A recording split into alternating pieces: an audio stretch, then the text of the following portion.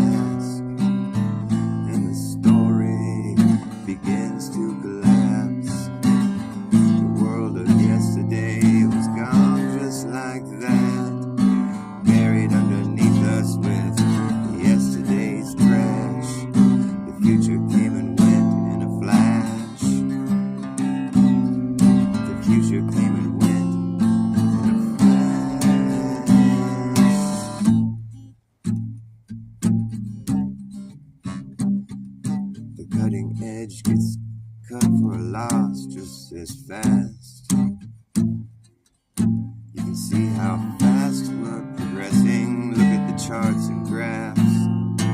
It's about to collapse. The future never comes.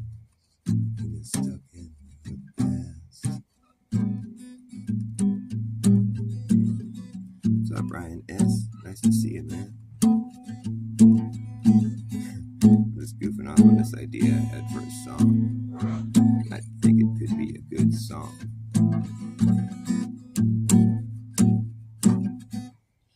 There's other things I wanted to play too. I might even do a nice flat earth rant here, but there's got to be some people to talk to. I mean, just you. I mean, it's you've heard it all before. And I've been working on my flat earth presentation. Well, it's not much of a presentation, but just my whole spiel that I'm going to give. Because I feel like I have a really good, I feel like I have like an irrefutable argument. And what's cool about it is that nobody else is trying to argue from this stance that I've taken. I'll fill your ear with it here in a little bit, but I want some more people to show up. Go get your friends. Just kidding. I will. I'll fucking start ranting this shit, and you guys will be sorry you started me. I started myself, but you'll be sorry I started myself. Well, not really. If you're a flat earther, you'll probably appreciate it. If anything, you might be like, "Duh, why didn't I think of that?" How stupid. Because that's what it's like.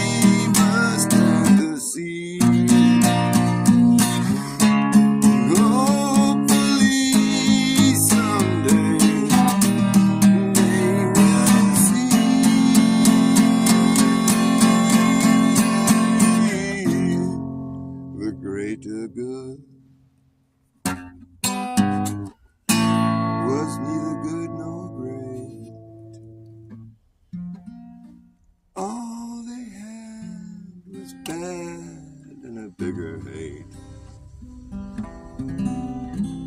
A bigger hate, it wasn't very great. They served you up shit on your dinner plate and said, eat it. There you go, bro, we're winning. That's what it's supposed to feel like when you win. I don't think so. Oh no.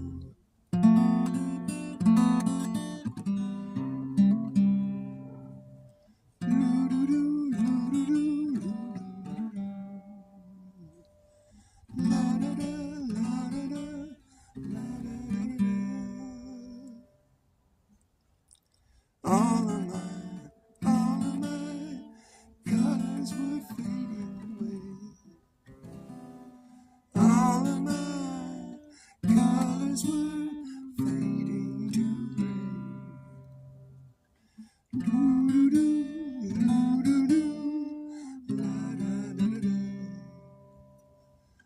All of my colors were fading.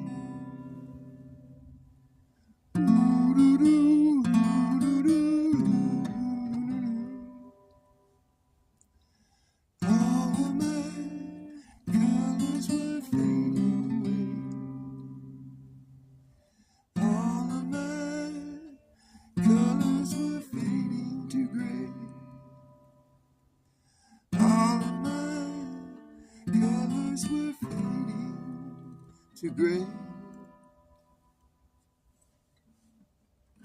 All up until this year love came along. Out of nowhere. Now all my colors come rushing back in. I feel alive again. Standing here in this love. Walk right through this inner love. Surround yourself with this love that I found. You can't see it, but it's there all around.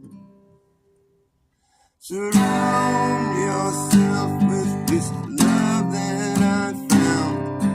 You can't see it, but it's there all around.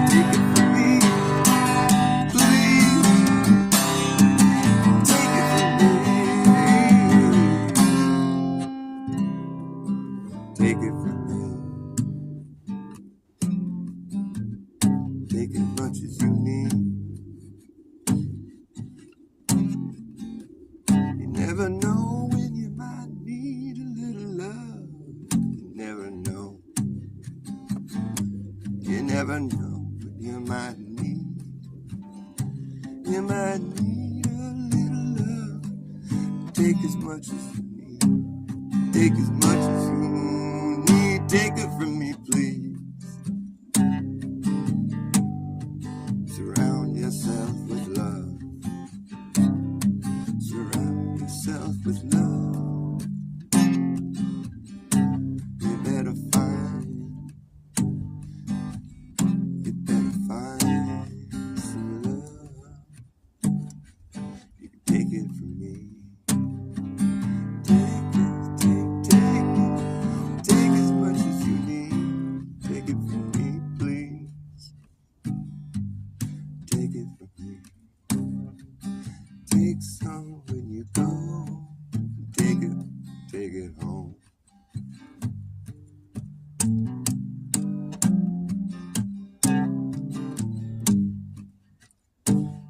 Just the thing about loving is that once you get a little, you just want some more.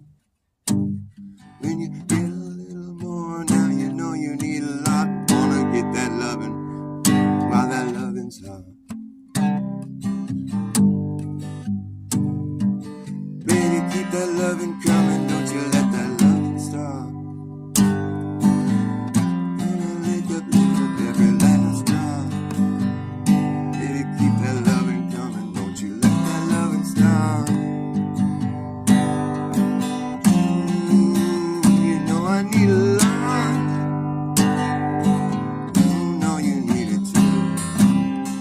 You know you need a lot of love. You know you need it. You know you need a lot of love. But do you believe in God above? Do you believe in God above? Do you believe in God? God believes in you. Do you believe in God? God believes in you. You should believe in Him too. God believes in you. God believes in you. God believes in you. You should believe in Him too.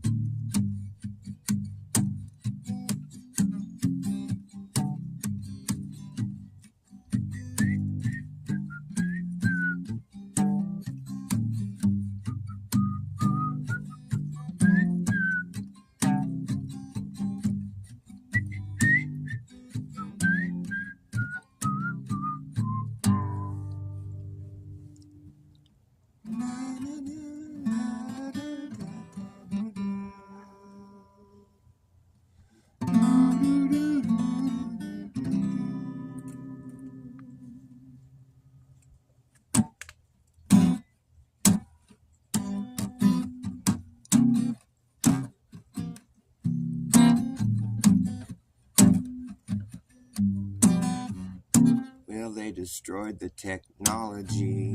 Yep.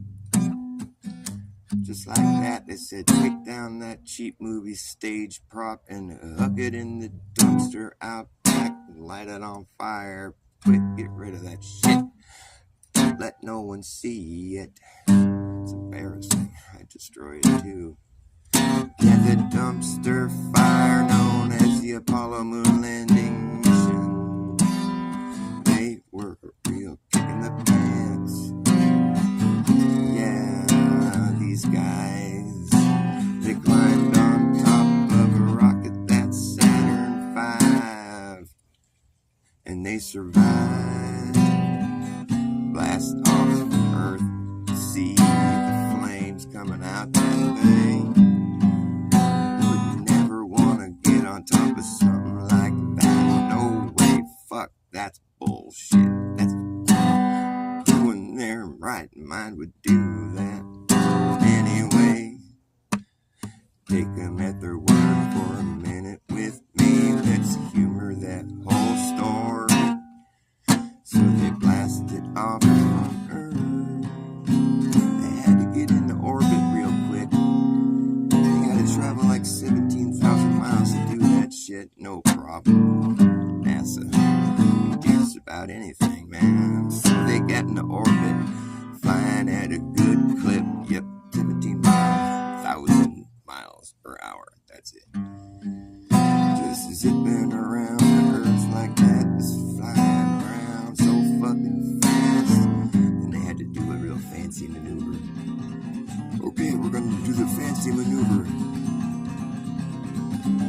Okay, hit the button.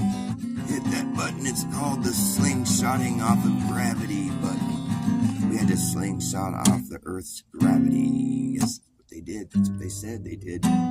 Hit that slingshot button.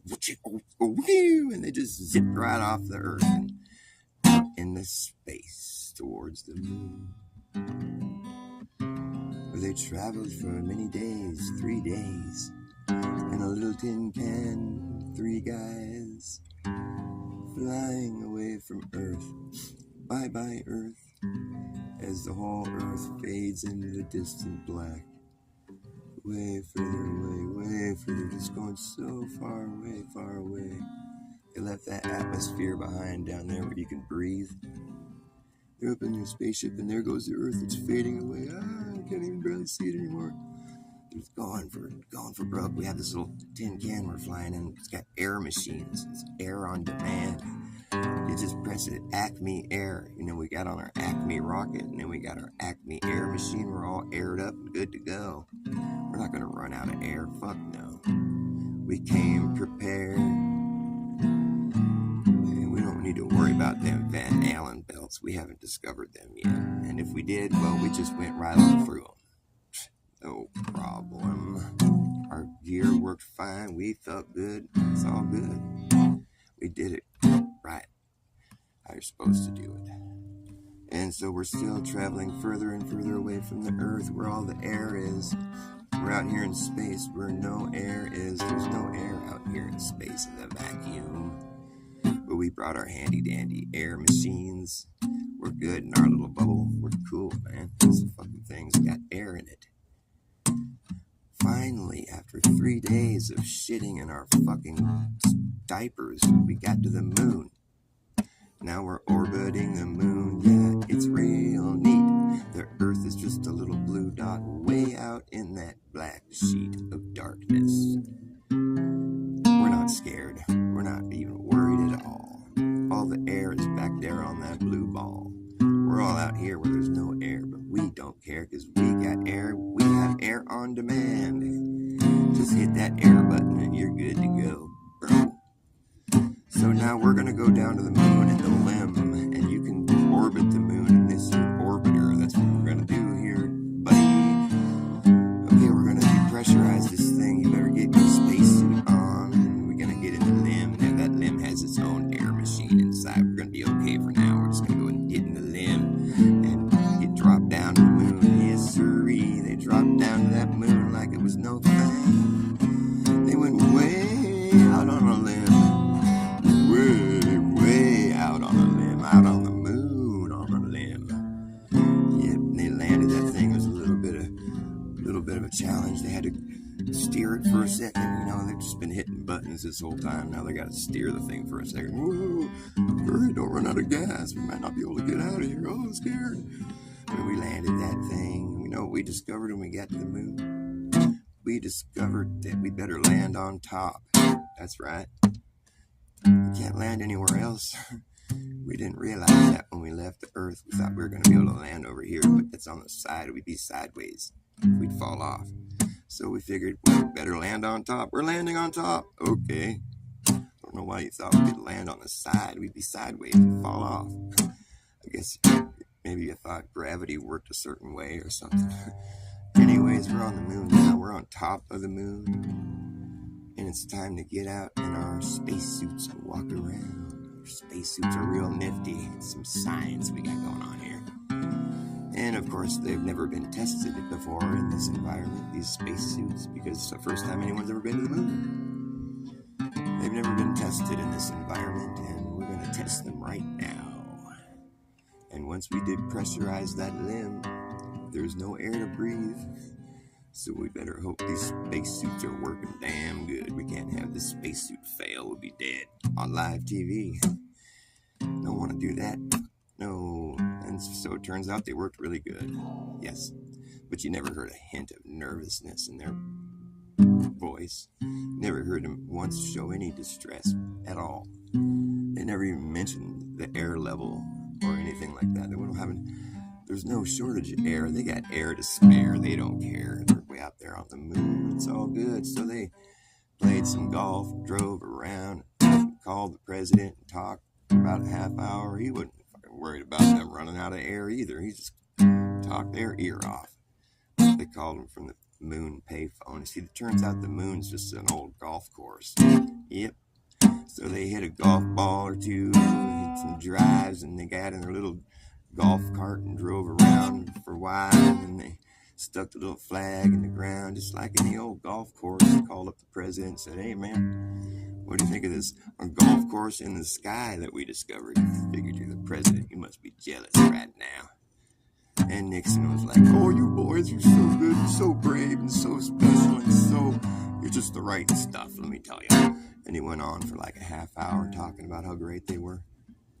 "Well, you better just get back home safe." "Oh yeah, that whole thing, we gotta get home. It took us 3 days to get here. We spent a day here, it's gonna be another 3 days to get back, but then we brought enough air." Well, of course we did, we don't even worry about that.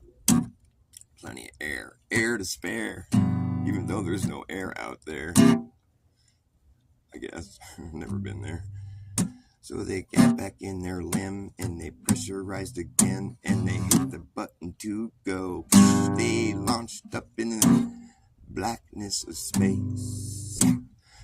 They hit the launch button, there they went, boom. See, the thing is, in space there's no flames. So that thing didn't even shoot flames out like it did on the Earth when they had to blast off. Out here on the moon, no flames. There's no flames in space. Trippy. So anyways, they're coming up in a vertical ascent, traveling like 8,000 miles per hour, some crazy shit, you know. And here's the orbiter up there. He's been orbiting laterally, like 15,000 miles an hour or some crazy shit.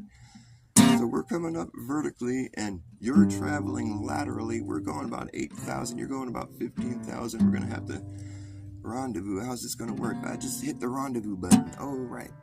Hit the rendezvous button and it worked out perfect. They never once got nervous. Nope. They were just like, this is no problem. Ain't no thing. There ain't no air out here, but we got air to spare. Had to depressurize again, let that lemon. That lemon. They went way out on a lemon and it worked fine. Now we have to go back home to Earth. You sure we got enough gas? Oh yeah, it's be fine. We just have to do that old slingshot off the moon. It's gravity now. We're going to hit the slingshot button. Pop, pop, pow! Just slingshot them back into space towards the Earth. We're aiming for Earth. Okay. So they traveled for 3 days in that little tin can. Never ran out of air. Halfway to Earth, it'd been about a day and a half. They're just sitting on their ass, sitting in their shit in their diapers and whatnot. They realized they had to go outside of the spaceship to get the camera off the side of the spaceship before they enter the atmosphere, because it'll incinerate on the spot. We better put on our spacesuits again. Okay, put them on again. You know, they already tested them now, so they know they work. So we tested them again. We went out on a spaceship traveling 8,000, 10, 15, 25,000 miles per hour, no problem. There's no friction in space. Don't think about it too hard. So they got their camera off the spaceship and they got back in the spaceship, got out of their dumb spacesuits and just kept flying for another day and a half, sitting there on their ass, their dirty diapers and all that, and they made it back to Earth finally. They're orbiting the Earth, that is. They haven't made it to Earth yet. Okay, we gotta go in and down to Earth, not just fly around it. Okay, hit the go down to Earth button. Beep. They hit the down to Earth button. You know how they say things incinerate on the spot and they come through the atmosphere because they're flying so fast and gravity's pulling them so hard that they just incinerate, they turn into flames and just they get burned up, they're gone like that, just ash, dust in the wind, never to be seen again. That's what they say about things falling in from outer space, like those meteorites and shit, they burn up in the sky because it's going so fucking fast. Well, here these guys are like, oh shit, are we gonna burn up too? What makes us any different than a meteorite? If that thing burns up, I bet we will in our little tin can. Oh shit, man. Never fear. NASA's saving the day again. They made themselves a heat shield for that fucking little thing. It's got a heat shield, yep. So that thing won't burn up. Everything else would, but not this here heat shield. So they made it back into the atmosphere safely. They got a little warm. And the parachutes deployed right on time. Yep. They didn't get fucked up in any of the traveling. They were just fine. They put 500,000 miles on that machine. Put 500,000 miles on your car. Well, that thing might need a tune-up, but their shit worked just fine. Parachuting out of the sky. Woo! They come down to the ocean. You know, they didn't really aim for a specific spot. They just aimed for Earth. Earth is a pretty big place when you're just a few dudes in a little teeny pod. It's mostly water. They say like 80% of the ocean is unexplored. So they came down, landed in the water, you know. Damn good thing they landed in the water, but still, the ocean's a big place. They just got back from space after a week of being gone. NASA was right there to scoop them up out of the dream. Johnny on the spot. They knew right where they were gonna land. That's how it was planned. Man, they're so on point. Pull these astronauts out of the water. Celebrate. Woo, they're heroes. Look at them smile. They're so amazing. We just changed the world. Oh, it's so emotional. I can't believe we just did this. It's so successful. So successful. Okay, give these guys a few days to decompress. Get them back up in front of the press, and oh, fuck you. Now they're stressed. They just survived the riskiest mission known to man. Now they're sitting up there on stage looking like scared little kids about to cry. There's something wrong with this picture. What the fuck is going on? Maybe you should have stayed up there on the moon where you're having so much fun. Because right now you look scared. No. But maybe you would like to tell us about the moon, sir. Or, okay, who wants to talk? Neil, you do it. Okay, our adventures on and around the moon. We're interested in quite a unique experience. And we did that on and around the moon, you know. Did you guys see any stars? I don't remember seeing any stars. Shut up. I mean, except for, you know, when we looked through the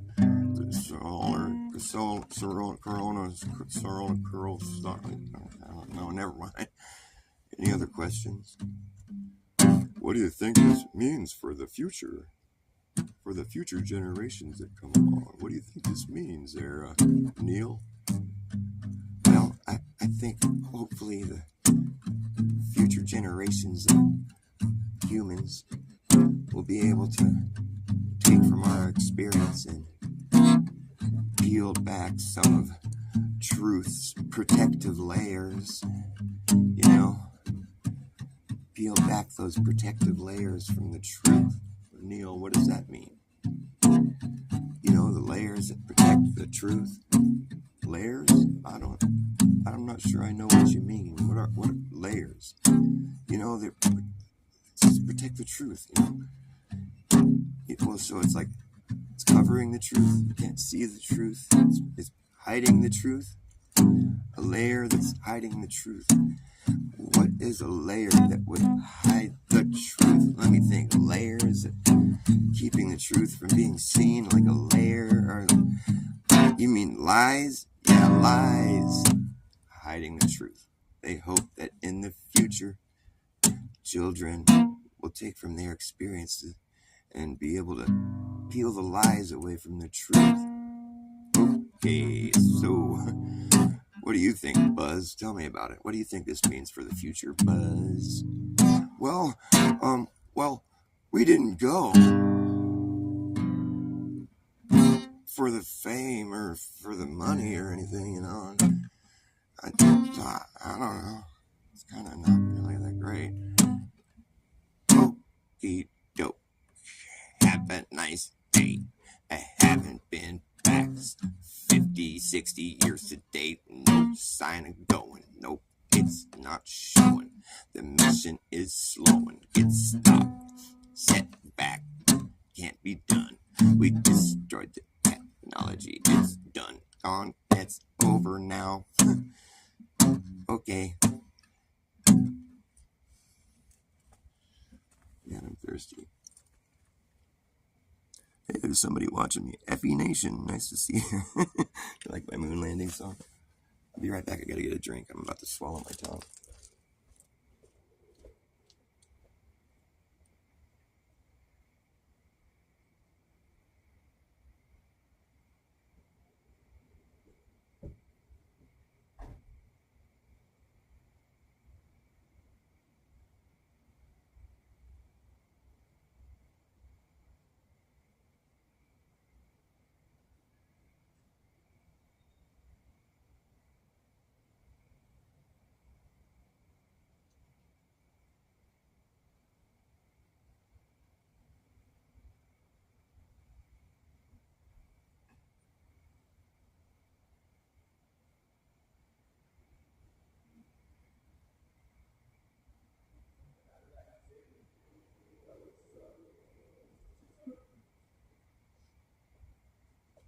I don't be wise, but I wear white beaters.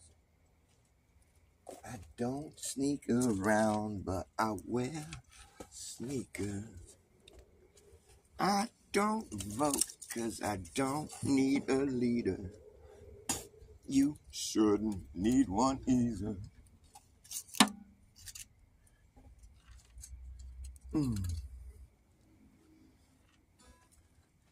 I'll wait for a few more people to get here. Maybe I'll do a flat earth rant.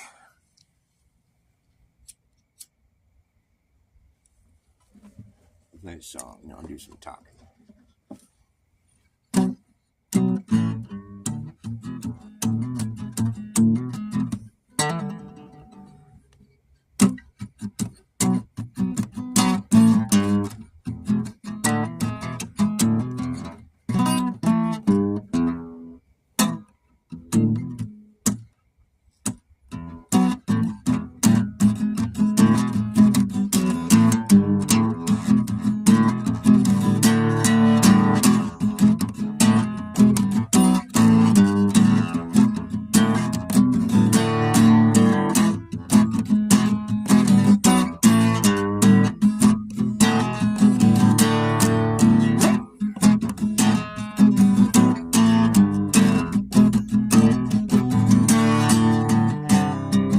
Picking yourself up the ground.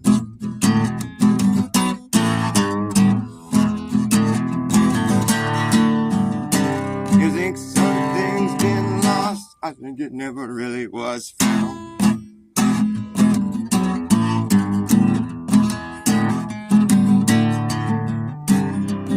Life can get hectic. I've come to expect it. But you can't be so hard on yourself. Don't beat yourself up. 'Cause what doesn't kill you only toughens you up.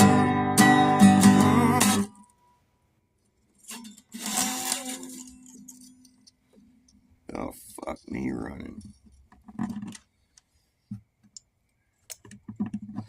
If you like it rough. That's where I was gonna go, but I couldn't. Yeah, you can fuck me running, fuck me jumping, fuck me sitting down. Alright. the show is over. I busted me a D string. Looks like, yep, I got a D string. That's cool. Alright, here, I got something to say. That probably nobody will understand, and that's fine with me. I'm used to it. I'm fucking used to it. I had an epiphany 8 years ago after watching as much flat earth content as I could possibly cram into my mind. I watched all of it, you know. There wasn't much that I hadn't heard about. And so I was like, wow, so what the fuck, you know? I mean, I was pretty much sold on it right away. The first video I watched was Taboo Conspiracy's video, where it was called the Apollo moon landing hoax. And I thought I was clicking on just watching an Apollo moon landing hoax video, because I never really believed the moon landing, you know. And I've always been kind of a conspiracy theorist guy, you know, but I just never thought, I didn't think flat earthers were serious. I never even bothered looking at it. So I watched this moon landing hoax video, you know, and he makes a really good case. Like he had me convinced the moon landing was fake. That's for sure. I was just like, wow, this guy's great, you know. And then he just it just sort of segues into his flat earth awakening, and I wasn't expecting it, you know. And I was just like, whoa, wait, what? Because he just kind of took the whole thing in that direction. I was like, whoa, I didn't see that coming, you know. And and he starts showing all this long distance photography, and he's doing all the math, and he's like, but this should not be happening. And he's just so, you know, he's so just like, this is what's going on. The earth is flat, and they lied to us. And I'm like, holy fuck. And so I was like, right away, I was like, wow, that's trippy, man. That's fucking cool. Where the fuck are we? That was before I got in all, you know, I was like, I got to figure this shit out, just like anybody, you know, is confronted with that kind of thing. So you do all the research, you know, you like look into all the globe proofs, you know, you're like, I could swear the earth is a globe, you know, what the fuck? And so you just start digging into it, and you realize a lot of people have done videos about all this stuff already, you know, so you educate yourself in that way, but you also got to check, you know, you got to do your due diligence and see if they're really representing the globe argument correctly, which a lot of times are not. But you start to find that there's like so many instances where it was like supposedly proof of the globe, but it was like you could also explain it in a lot of cases. It seemed more easily with the flat earth. I'm like, wait a second. I'm like, I got to see this for myself. I'm like, the sun doesn't go below the horizon. Come on, man. I bought $1,000 camera. I bought a P1000 Nikon camera because I wanted to know the truth, you know? And so we brought my camera down to the beach. I live here in California. It's a good place to go test this, you know? We went and watched the sunset. As the sun was setting, it was like, you know, I don't know, halfway down under the horizon, you know, it looked like it was sinking into the ocean or whatever. Got a pretty clear shot at it. And we zoomed in on it, and we brought the whole sun back into view, and there was a big gap between the horizon and the sun again. And it's like, wait a minute, man. And I just had to think, I'm like, so what I thought I was looking at was the sun sinking below the horizon. But lo and behold, it sure as fuck wasn't. I'm like, is the camera zooming around a curve, or is that even possible? I don't think that's possible. They want us to believe it was refracted up. Yeah, I guess it could do that, or it's just flat. I'm like, it's funny how the sun's still above the horizon, actually. You know, at that point, I'm like, this is just fucked up, you know. And I realized most of the globe proofs had just to do with I mean, obviously they're going to be like earth bound, like observations where you're on the earth and you're looking into the sky. Like, if it can't be proved by way of like curvature, you know, like, which we seemed like that would be a way to prove it, but like it wasn't really, you know. I'm starting to realize, okay, well, there's this thing with the vanishing point. You know, I'm an artist. I realize that there's a thing called perspective, and things, the further away you get from certain objects in the distance, I mean, everything has to be compressed into your field of vision, you know. It gets smashed, it gets smaller and smaller, and it just fades, you know. And at the point where like you realize that the globe curvature math is pretty much in sync with how your perspective, you know, it's like, wait a minute, did they just reverse engineer perspective to make the curvature rate? That seems kind of shady, you know. And then you start realizing that, like, a lot of the claims they make are like, we can predict all these things with the globe and the planets and all this stuff. And it's like, well, you think about it, like, well, those are just patterns that we've known forever. Like, huh? Oh, thank you, baby. So if it's a pattern that's been known forever, that we've already understood, then it's not really a prediction, it's post-diction. So you're just thinking, oh, this is just a bunch of bullshit, you know? Although, like, that's one of those misleading pieces of evidence right there. It's like where you think you're gathering flat earth evidence. Oh, it's just post-diction, it's not prediction. But the thing is, it's not entirely true, though. The globe model can make predictions. And and so, like, that's one of those things where you kind of, like, sort of make a wrong turn almost, you know? Because you're just not smart enough. You're just a dumb flat earther, and you're not really, you're not aware of the brilliant people that put together this globe model. It wasn't as slapped together as it seems like at first when you first get into flat earth. You're just like, man, this shit's all bogus, you know? Look at the space shit. This is fucking bullshit. This is all fake.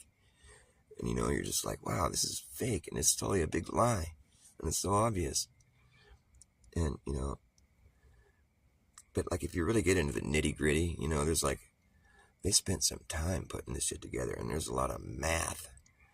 And, like, the math actually checks out, you know, and so you're like, what? So it's possible to do enough math to prove the sky goes below you? That's fascinating. Huh. I just was thinking about it. I'm like, you know what? I'm just going to shut all this shit out of my mind right now and just try to figure it out for myself. I don't need people explaining my objective reality to me. Come on, man.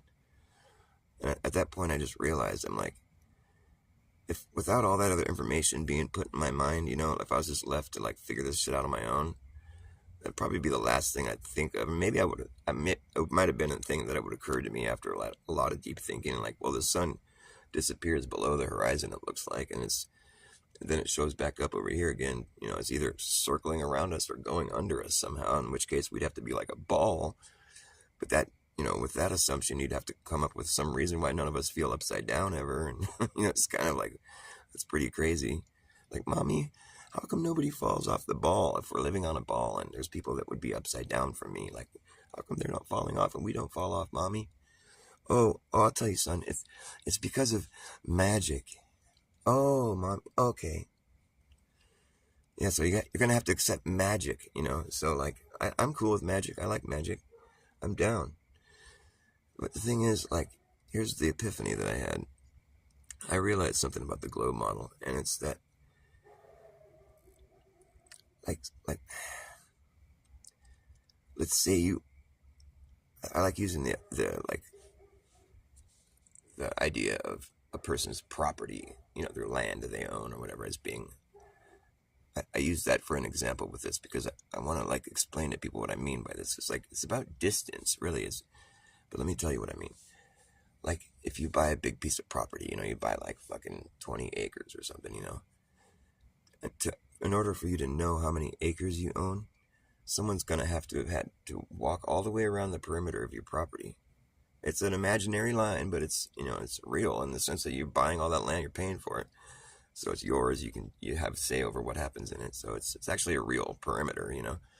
Someone has to go and, like, measure all the dimensions of your property, you know, all the perimeter, basically. And this works good if it's a circle, you know. I'm just going to say it's a circular piece of property. It's like, you know, 20 acres. And so somebody took the measurement, you know, and they got the dimensions, and they set and did the math and figured out what the area inside the perimeter is, however many square, you know. There's an area that's within a certain perimeter of a certain size. You can figure it out if you do math. And so, with that in mind, let's say you started buying a lot of property. You just had, like, money was no issue. You just had endless money all of a sudden, and you just started buying property. You bought this, you know, big circle of land. It was 20 acres. And you want to just keep expanding on your property that you have. So you're like, I'm just going to buy the next 20 acres out, you know.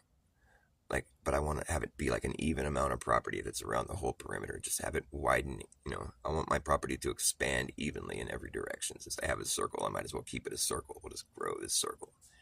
So you go and you make a new circle around the outside of your circle and add another 20 acres or whatever. You know, that perimeter increased, the amount of property you own increased. Okay, so, and you just keep doing this, it becomes like a fun thing to do, because you're just acquiring more and more land. You're just like, I'm going to buy another 20 acres, and now it's becoming this thing where the circles are getting closer to each other, because it's spread out over distance, 20 acres. When it's like a big ass circle, it's not as much of a, the circles are starting to get closer to each other. You're like, well, I'm going to start expanding for more, I'm going to buy like 500 acres at a time, and so it just starts to grow quickly, exponentially.